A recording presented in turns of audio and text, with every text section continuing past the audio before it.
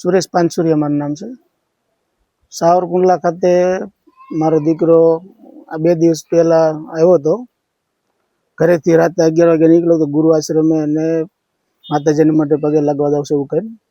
પણ એ રવિ ઘણા ટાઈમથી ટ્રેસમાં રહેતો હતો અને જે વડોદરા ખાતે જે 2-3 જણા પાસે તેને ફાઇનાન્સ લીધું હતું. ફાઇનાન્સ તો લગભગ બધા ડેવલપરો લેતા જ હોય છે જરૂર પડે ત્યારે ધંધા માટે. પણ આ જે નીટકાન બન્યું હતું જય જલારામ સ્કૂલ ગોધરા, એના જે જામીન ઉપર જે છે દીક્ષિતભાઈ, એ અને એની સાથેના 15-17 જણા જે અલગ અલગ રવિ મારી પાસે છે એની જે નોટને લખી ગયો છે એની અંદર બધા નામનો ઉલ્લેખ છે બધો. એની પાસેથી અલગ અલગ બધા સાથે મળીને 11 કરોડ રૂપિયા જેવી રકમ આપી હતી. એની સામે રવિ એને કંઈક 4 કરોડ ને 90 લાખ રૂપિયાની મિલકત દસ્તાવેજ કરીને પોઝેશન આપ્યું હતું અને 3 કરોડ 38 લાખ રૂપિયા જેવું એને એના જે અલગ અલગ એકાઉન્ટમાંથી આવેલા પૈસા હતા એમાં આરટીજીએસથી આપેલા હતા.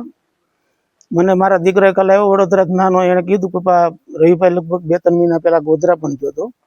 એટલે આ લોકો અલગ અલગ જગ્યાએ બોલાવીને એને ટોર્ચર કરતા હતા. ગોધરા પણ એને 2 વખત બોલાવ્યો હતો, એ મને બધી ગઈકાલે ખબર પડી.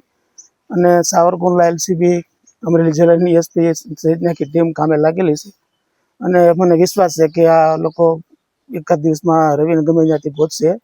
એના મોબાઈલ સ્વિચ ઓફ આવે છે અને બીજું આ લોકો જે પ્રમાણે એને ધાકધમકી આપતા હતા એટલે અમને થોડોક ચિંતા વધારે રહી છે. પણ મને મારી અમરેલી જિલ્લાની પોલીસ ઉપર સંપૂર્ણ ભરોસો છે કે એ રવિને ગમે ત્યાંથી ગોતી લેશે. એના ફોન ટ્રેસ કરશે, એના અલગ અલગ નંબર મેં હતા એ બધા આપેલા છે અને પૂરો સહકાર મળી રહ્યો છે. કેટલી મિલકતના દસ્તાવેજ કરાવી લીધા છે અને કેટલી માંગણી કરી છે? એને દસ્તાવેજ 4 કરોડ ને 90 લાખ રૂપિયાના ફ્લેટના અને કોમર્શિયલના દસ્તાવેજ કરાવી લીધા છે અલગ અલગ એના નામના બધાના. એ સિવાય 3 ને 38 અને આપણે આરટીજીએસ તેના એકાઉન્ટમાં રવિ આપેલા છે. અને હું જાણું ત્યાં સુધી મને નાનો ભાઈ કહેતો હતો કે અત્યારે જે એને ટોર્ચર કરતા હતા એને 15, 16, 17 કરોડ રૂપિયા હજી અમારે લેવાના નીકળે છે એવું કહીને એને રાત દિવસ પરેશાન કરતા હતા. અને એમાં એ ઘણો મેં 1-2 વખત પૂછ્યું બેટા મેં કીધું આવું કાંઈ હોય તો મને કે ના પપ્પા એ કે બધું ચાલે છે. જ્યારે સાબરમતી જેલની અંદર નીટકોનવાળા જે ભાઈ દીક્ષિતભાઈ હતા જ્યારે લોકઅપમાં સીબીઆઈમાં, ત્યારે પણ રવિને અહીંયા બોલાવ્યો હતો. સાબરમતી જેલની અંદરથી પણ વિડીયો કોલના માધ્યમથી રવિ પાસે પઠાણી ઉઘરાણી કરતા હતા. જ્યારે એ લોકઅપમાં હતા ત્યારે એના વાઈફ, એનો દીકરો પણ ઓફિસે આવીને અલગ અલગ ટોર્ચર કરીને વ્યાજની માંગણી કરતા હતા. એ ઘરનું ગોલ્ડ અમને પૂછા કાંઈ અમારી જાણ બહાર બી ગોલ્ડ લોન કરીને એને અલગ અનેક વખત વ્યાજ આપેલું છે ને એ બધું અમારી પાસે વિડીયો ઓડિયો બધા બહુ વ્યવસ્થિત પ્રૂફ છે.